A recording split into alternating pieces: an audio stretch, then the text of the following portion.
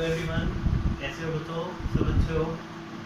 आज हम स्टार्ट कर रहे हैं अपना अगला चैप्टर फिजिक्स का, जो कि 10th चैप्टर है ये आपका, लाइट रिफ्लेक्शन एंड रे रिफ्लेक्शन। ठीक है, इसके बारे में आप अच्छे से डिटेल में बात करेंगे कि रिफ्लेक्शन क्या होता है और रे रिफ्लेक्शन क्या होता है। ठीक है, तो सबसे पहले तो मैं आपको कुछ डेफिनेशन है वो करवा देता हूँ, उसके बाद आप डिस्कस करते हैं कि ये होते कैसे हैं। ठीक है, तो सबसे पहले मैंने आपको डेफिनेशन लिखवाई यहाँ पे इंसिडेंट रे की। अब इंसिडेंट रे क्या होता है? The ray of light which is coming from a source of light and falls on the surface of the object. यानी सिंपल सी बात है कि कोई भी सोर्स हो जिससे कोई लाइट की रे आती है और वो किसी ऑब्जेक्ट के ऊपर स्ट्राइक करे, समझ लो। यानी जैसे आप मान लो सन की बात करें, तो सन से जो लाइट आती है वो किसी भी ऑब्जेक्ट के ऊपर गिरती है, तो वो तो आने वाली रे है ना किसी भी सोर्स से, उसी को अपन इंसिडेंट रे बोलते हैं। ठीक है, उसके बाद आता है reflected ray. The ray of light after striking the surface of object bend into the, या फिर सिंपल लिख लो, bend into the same plane. यानी अपन ये बोलेंगे कि देखो जो रे आई है ना वहाँ से सोर्स से, और सोर्स से आने के बाद वो किसी ऑब्जेक्ट पे स्ट्राइक करेगी, गिरेगी। अब गिरने के बाद क्या करेगी? वो उसे टकरा के उसी मीडियम में वापस, यानी उसी प्लेन में वापस चली जाएगी। ठीक है, जैसे मान लो सिंपल सी बात करें, इधर से सनलाइट आ रही है और आने के बाद आप यहाँ पे कोई ऑब्जेक्ट रखा हुआ है, उस ऑब्जेक्ट के ऊपर टकराई और टकराने के बाद इसी डायरेक्शन में वापस चली गई, समझ रहे हो? या इस डायरेक्शन में या इस डायरेक्शन में, किसी डायरेक्शन में चली गई, तो उसी को बोलते हैं अपन क्या? Reflected ray. उसके बाद आता है नॉर्मल। अब नॉर्मल जो होता है ना, अब देखो एक इंसिडेंट रे होती है और एक रिफ्लेक्टेड रे होती है, और इन दोनों के बीच में आता है नॉर्मल। उसको अपन क्या बोलेंगे? It is the perpendicular of incidence and reflected ray. यानी इधर से भी कोई रिफ्लेक्टेड इंसिडेंट रे आएगी और इधर से कोई रिफ्लेक्टेड रेज आएगी, तो यहाँ पे जो एक पॉइंट बनेगा ना बीच में, उसी को अपन नॉर्मल बोलते हैं।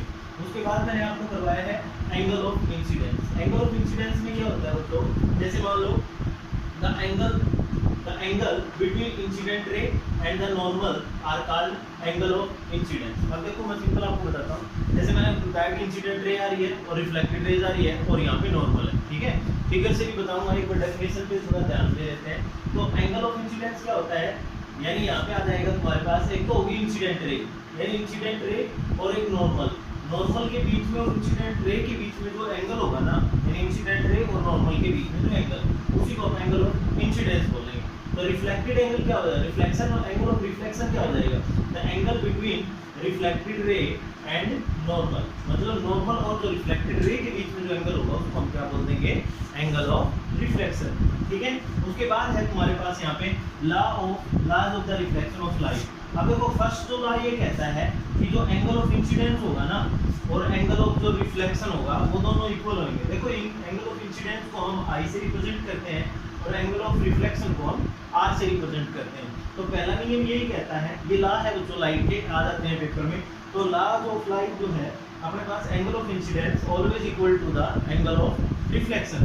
दूसरा पॉइंट ये कहता है कि the incident ray normal to the point of incidence and the reflected ray और lie in the same plane. मतलब ये सारे के सारे जो है सेम प्लेन में लाई करेंगे। मतलब अगर मान लो अपन यहाँ पे एक सरफेस ले लेते हैं, तो अब इस इंसिडेंट रे भी इधर ही आएगी और इसी प्लेन में क्या होगा? रिफ्लेक्टेड रे होगा, नॉर्मल होगा, पॉइंट ऑफ इंसिडेंस होगा। ठीक है, तो अब देखते हैं यहाँ पर इनके बारे में थोड़ा और अच्छे से डिटेल में करते हैं कि ये होता कैसे है, और फिर बात करेंगे आगे। बहुत आसान है ये चैप्टर, बस इसमें ये मैक्सिमम सबसे ज़्यादा मार्क्स का आता है और न्यूमेरिकल आते हैं भाई यहाँ पे। ठीक है, ये भी एक आपका फिजिक्स का चैप्टर है जहाँ से मैक्सिमम क्वेश्चन आते हैं और रे डायग्राम भी आते हैं। ठीक है, मैं आपको सारे रे डायग्राम भी कराऊंगा इसमें और अपन सारी बातें करेंगे। तो देखो सबसे पहले तो देख लेते हैं कि इंसिडेंस रे, रिफ्लेक्टेड रे, नॉर्मल ये कैसे होते हैं। देखो भाई, ये मान लो ये सरफेस है अपने पास, ये कोई भी ऑब्जेक्ट का सरफेस है। अब यहाँ से कोई क्या आएगी? रे आई लाइट की। अब मान लो यहाँ पे आप कोई बोल देते हैं कि ये सन है, मान लो ऐसे मान लेते हैं कि ये सन है और ये है सोर्स ऑफ द लाइट। ऐसा बोल सकते हैं अपन, सोर्स ऑफ लाइट। यहाँ से कोई लाइट आ रही है, तो अब इधर से ऐसे आएगी भाई, ऐसे आएगी, यहाँ से आ रही है। अब ये जो पॉइंट है, इस पॉइंट पे ये जो रे है आने वाली रे, यानी कमिंग फ्रॉम ए सोर्स, तो हम इसको क्या बोलेंगे बच्चों? इंसिडेंस रे बोलेंगे या इंसिडेंट रे बोलेंगे। समझ रहे हो? बस ऐसे याद रखनी है तुम्हें कि जो किसी सोर्स से आने वाली जो रे है उसको हम क्या बोल रहे हैं? इंसिडेंट रे बोल रहे हैं। उसके बाद आता है ये बड़ा पॉइंट, अब यहाँ से टकराने के बाद इधर जाएगी। अब ये जो होती है ना, यहाँ आने के बाद इस पॉइंट से टकराने के बाद जो वापस उसी प्लेन में चलेगी, इसको बोलेंगे अपन रिफ्लेक्टेड रे। क्या बोलेंगे बच्चों? Reflected ray. ये रिफ्लेक्टेड रे आ जाएगा, ठीक है ना। अब क्या हुआ था, मैंने एक और आपको बताया था नॉर्मल। अब नॉर्मल होता है बच्चों यहाँ पे इस तरह से, यहाँ पे परपेंडिकुलर होता है, ये दोनों रे इस तरह से यहाँ पे रहेगा, तो इसको बोलेंगे अपन क्या? नॉर्मल। ये होता है भाई आपका नॉर्मल। नॉर्मल देखो मैंने आपको क्या बताया था कि जो इंसिडेंट रे है और जो रिफ्लेक्टेड रे है उसके परपेंडिकुलर होता है। तो देखो यहाँ पे परपेंडिकुलर का मतलब आप समझते हो कि 90 का एंगल बनाएगा यहाँ पे, तो ये आ जाएगा, समझ रहे हो ना बात। तो यहाँ पे क्या हो जाएगा कि नॉर्मल जो है इंसिडेंट रे के साथ भी और रिफ्लेक्टेड रे के साथ भी क्या होगा? परपेंडिकुलर होगा, 90 का एंगल बनाएगा, ठीक है। अब बात करी थी अपन ने यहाँ की, यानी ये वाला एंगल, ये जो एंगल होता है, अब देखो ये इंसिडेंट रे है और ये नॉर्मल है, तो नॉर्मल और इंसिडेंट रे के बीच में कौन सा एंगल था? अभी मैंने बताया था आपको, तो ये हो जाएगा एंगल ऑफ इंसिडेंट, ये हो जाएगा भाई। उसके बाद मैंने आपको बताया था नॉर्मल और रिफ्लेक्टेड एंगल के बीच में जो एंगल होगा, लाइन के बीच में होगा, वो रिफ्लेक्टेड एंगल होगा, यानी रिफ्लेक्टेड एंगल बोलेंगे, एंगल ऑफ इंसिडेंट और एंगल ऑफ रिफ्लेक्शन। समझ रहे हो ना बात? अभी तक अपन यही किया था, दोबारा बताता हूँ। Incident ray coming from a source of light and after reflecting मतलब after striking the surface of object it bend into same plane, मतलब इसी प्लेन में आके वापस इसी में चली जाती है। तो अब क्या होता है, ये इसको बोला जाता है रिफ्लेक्टेड रे। उसके बाद जहाँ पे ये होता है नॉर्मल होता है इंसिडेंट रे के और रिफ्लेक्टेड रे के परपेंडिकुलर होता है। उसके बाद इंसिडेंट रे और जो नॉर्मल होते हैं वो आपस में एंगल इंसिडेंस बनाते हैं, और नॉर्मल और जो रिफ्लेक्टेड है वो एंगल ऑफ रिफ्लेक्टेड बनाते हैं, रिफ्लेक्शन बनाते हैं, एंगल ऑफ रिफ्लेक्शन बनाते हैं, ठीक है। तो ये था। अब यहाँ पे आया है point of incidence. Point of incidence बोलते हैं इस पॉइंट को, ये है आपका पॉइंट ऑफ इंसिडेंस, यानी जहाँ पे इंसिडेंट जो रे है वो स्ट्राइक करे, यानी जिस पॉइंट के ऊपर इंसिडेंट रे स्ट्राइक करेगी ना, उसी को अपन क्या बोलेंगे? पॉइंट ऑफ इंसिडेंस बोलेंगे। बहुत आसान है, बस आपने समझना है कि क्या होता है यहाँ पे। आया समझ में? ठीक है। तो ये था अपने जो अभी तक मैंने आपको डेफिनेशन करवाई है, और जो मान लो 4-5 की है, उसके बाद आगे बात करते हैं हम। अब देखो ये वाली बात तो तुम्हें समझ आ जानी चाहिए कि एक मैंने यहाँ पे ला भी बताया था आपको। तो ला के बाद पहला पॉइंट क्या था कि angle of I equal to क्या था? एंगल ऑफ आर, यानी एंगल ऑफ इंसिडेंस और always equal to angle of reflected. तो ये था भाई। अब यहाँ से क्या हो जाता है, जैसे मान लो एंगल ऑफ इंसिडेंस का मतलब ये वाला एंगल। अब देखो तुम ध्यान से देखो, ये वाला जो एंगल है, क्या ये इसकी इक्वल नहीं दिख रहा है अपने को? यहाँ पे जो एंगल बन रहा है, मान लो यहाँ से अपन इसको ऐसे बढ़ा लेते हैं, तो ये इक्वल दिख रहा है, तो इसीलिए बोलते हैं। और दूसरा पॉइंट अपना क्या कहता है लास्ट में कि incident ray, normal, reflected ray और पॉइंट ऑफ इंसिडेंस, ये सारे के सारे क्या करेंगे? एक ही प्लेन में लाई करेंगे। लाई का मतलब है एक ही प्लेन में पाए जाएंगे भाई, ठीक है। तो यानी सेम प्लेन में पाए जाएंगे। तो यही बात था अपने सेकंड जो नियम था अपने पास, सेकंड जो ला था लाइट का। तो अभी तक अपन ये कर चुके हैं, ठीक है। अब आगे बात करते हैं, थोड़ा सा और बढ़ते हैं। अब क्या होता है कि अपने पास ना मिरर होते हैं। मिरर क्या होते हैं? यहाँ पे 3 टाइप के मिरर हैं, उनकी बात करेंगे अपन। तो मिरर की बात कर लेते हैं कि क्या होता है। मिरर देखो आप लोगों ने देखा है, एक प्लेन मिरर होता है जो घरों में भी आप यूज करते हैं। एक साइड से उसको पॉलिश किया जाता है, ठीक है। एक साइड से पॉलिश क्यों किया जाता है उसको? ताकि उसके अंदर जो पॉइंट ऑफ इंसिडेंस है वो उसमें रिफ्लेक्शन होकर वापस आ सके, यानी रिफ्लेक्टेड रे भी बन सके। अगर मान लो उसको पॉलिश नहीं करेंगे तो इंसिडेंट रे आएगी और उसमें से पास हो जाएगी, तो दूसरी साइड चली जाएगी। इससे अच्छा क्या होता है, एक साइड उसको पॉलिश करते हैं, पॉलिश करने के बाद उसमें इंसिडेंट रे आई और सरफेस से टकरा के उसके और वो वापस आ जाएगी उसी सरफेस पे, ठीक है। और इसके बाद तो फर्स्ट तो अपनी बात करेंगे कि यहाँ पे एक होता है plane mirror, plane mirror. Second होता है, सेकंड है अपने पास कनकेव मिरर, और थर्ड है अपने पास कन्वेक्स मिरर। ये है भाई 3 अपने पास, ठीक है। ये अपन बहुत कम बात करेंगे इसके बारे में, प्लेन के बारे में, लेकिन ये अपन इनके बारे में सबसे ज़्यादा बात करने वाले हैं इस चैप्टर के अंदर, ठीक है। तो कनकेव मिरर और कन्वेक्स मिरर जो है इनके बारे में अपन बात करेंगे। तो देखो सबसे पहले तो अपन इनकी डेफिनेशन की बात कर लेते हैं कि कनकेव मिरर होता कैसे है। तो कनकेव मिरर,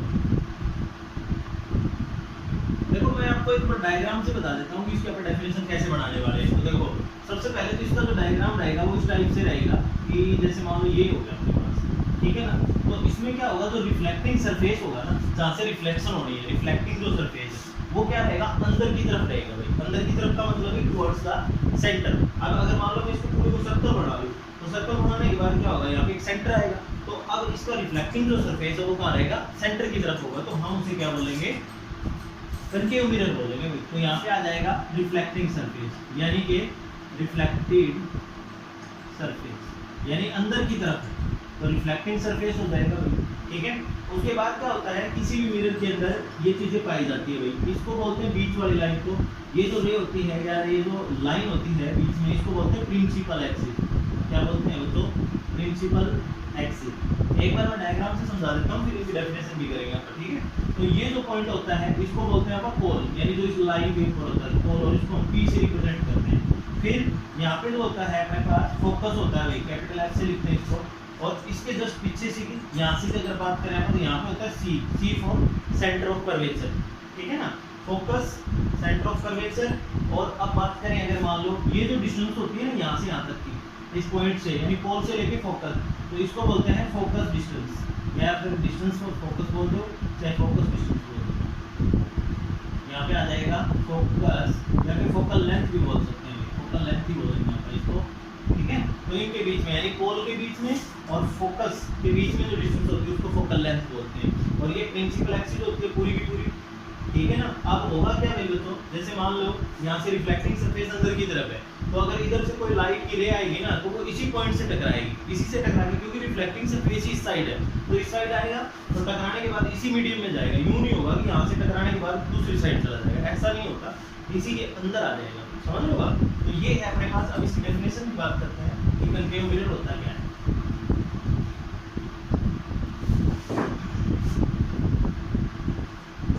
कनकेव मिरर क्या होगा, यानी it is a spherical mirror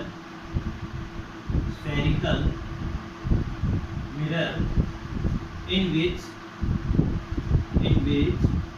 reflecting surface towards the center of mirror, ऐसा बोल सकते हैं। यानी ऐसा स्फेरिकल मिरर, स्फेरिकल का मतलब है स्फीयर टाइप का, ऐसा अगर आप मान लो इसको बीच में से काट देते हैं तो स्फेरिकल है ना, तो इसके अंदर की तरफ हो, यहाँ पे हो, यानी इस टाइप से। यहाँ पे अगर ये रिफ्लेक्टिंग सरफेस बोला मैंने आपको, ये है वो रिफ्लेक्टिंग सरफेस, तो जिसमें अंदर की तरफ रिफ्लेक्टिंग सरफेस हो मिरर के सेंटर की तरफ, तो उसको हम क्या बोलेंगे, कनकेव मिरर बोल देंगे भाई यहाँ पे, ठीक है ना। बहुत आसान है, बस आपने समझना है। तो इसका जो डायग्राम है आप इस टाइप से बना लेंगे। यहाँ पे पहले क्या करेंगे, इस टाइप से बनाएंगे, और फिर इसके अंदर यहाँ पे एक प्रिंसिपल एक्सिस बना लेंगे, ठीक है। ये हो गया आपकी प्रिंसिपल एक्सिस, यहाँ पे फोकस दिखा देंगे, और यहाँ से आप इसका सेंटर दिखा देंगे, और इसके अंदर यूँ थोड़ा सा ऐसे करके दिखा देना कि भाई इसके अंदर की तरफ क्या है, या फिर अपना इसको इस टाइप से दिखा दें कि बाहर की तरफ रफ सरफेस दिखा दें, इस टाइप से बाहर की तरफ क्या दिखा दे, तो रफ सरफेस दिखा दे। तो अपन यूँ उधर लिख देंगे कि ये है अपना रिफ्लेक्टिंग सरफेस, तो ये आपका रिफ्लेक्टिंग सरफेस है, ठीक है। तो ये हो जाएगा यहाँ पे, और ये इस टाइप से पूरा होता है यहाँ पे, तो इसको बोलते हैं आपका पोल, जो पी से डिनोट करते हैं, ठीक है ना। जैसे जैसे इनकी बातें करेंगे, इनकी सबकी डेफिनेशन लिखवा दूंगा मैं आपको, तो पहले आप ये बात कर लेते हैं इसमें होता है कैसे। अब आगे आता है भाई आपका कन्वेक्स मिरर। आप कन्वेक्स मिरर पे देख लेते हैं। कन्वेक्स मिरर में क्या हो जाएगा, इसको उल्टा हो जाएगा, कनकेव था ऐसे ही कन्वेक्स हो जाएगा। तो कन्वेक्स में क्या हो जाएगा, कन्वेक्स मिरर में बच्चों जैसे मान लो मैंने यहाँ पे लिखा है ना, towards the centre, towards the centre का मतलब सेंटर की तरफ। यहाँ पे सेंटर की तरफ नहीं होता है, यहाँ पे क्या रहेगा, अवे फ्रॉम द सेंटर, यानी it is a spherical mirror in which reflecting surface